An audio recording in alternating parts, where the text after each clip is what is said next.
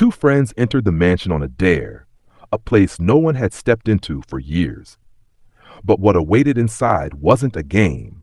It was a nightmare. You'll only understand what happened when you watch the story.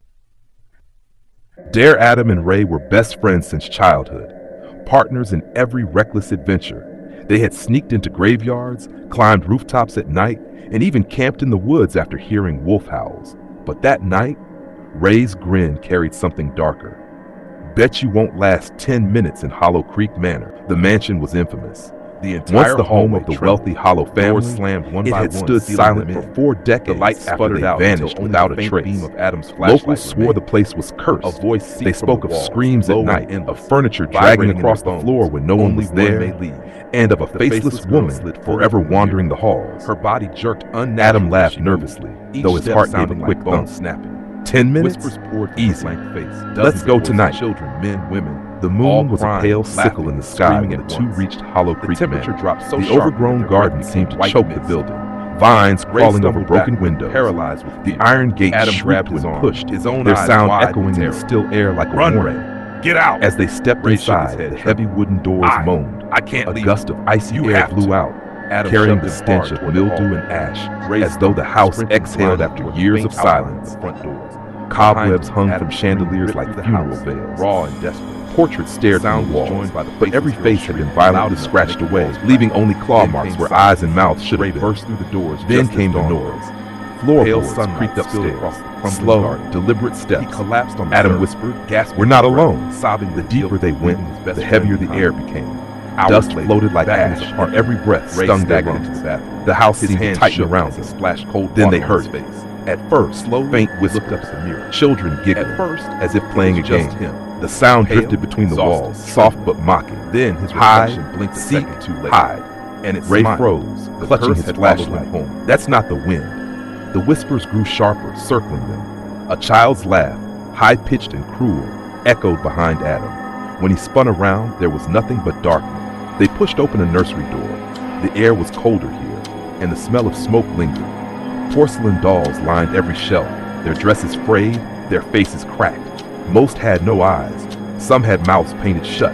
A rocking horse swayed slowly, though no one touched it. Ray muttered, "Creepy, but just toys." Then one doll's head snapped to the side. Another slid off a shelf and landed on its feet. A whisper spread through the room. Many voices at once. "Stay, play, forever." Their flashlight flickered, plunging the room into blackness. When it came back, the dolls were no longer on shelves. They stood in a perfect circle around the boys, tiny arms raised, as though ready to close in. The friends bolted out, stumbling into a long corridor. At the far end stood a tall, cracked mirror, its gilded frame blackened as if scorched in fire. Ray stepped closer, drawn despite himself. His reflection stared back, but it didn't move when he did. Its lips curved into a wide, jagged smile. Then, behind his reflection, a girl appeared. She wore a torn white dress, her hair stringy, damp, and tangled. But her face was smooth, blank, featureless. She pressed her hands against the glass. The mirror rippled like water. Slowly, her body began pushing. The entire hallway trembled. Doors slammed one by one, sealing them in.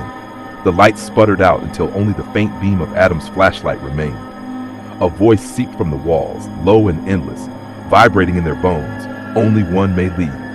The faceless girl slid fully from the mirror. Her body jerked unnaturally as she moved, each step sounding like bones snapping. Whispers poured from her blank face, dozens of voices, children, men, women, all crying, laughing, and screaming at once. The temperature dropped so sharply that their breath became white mist. Ray stumbled backward, paralyzed with fear.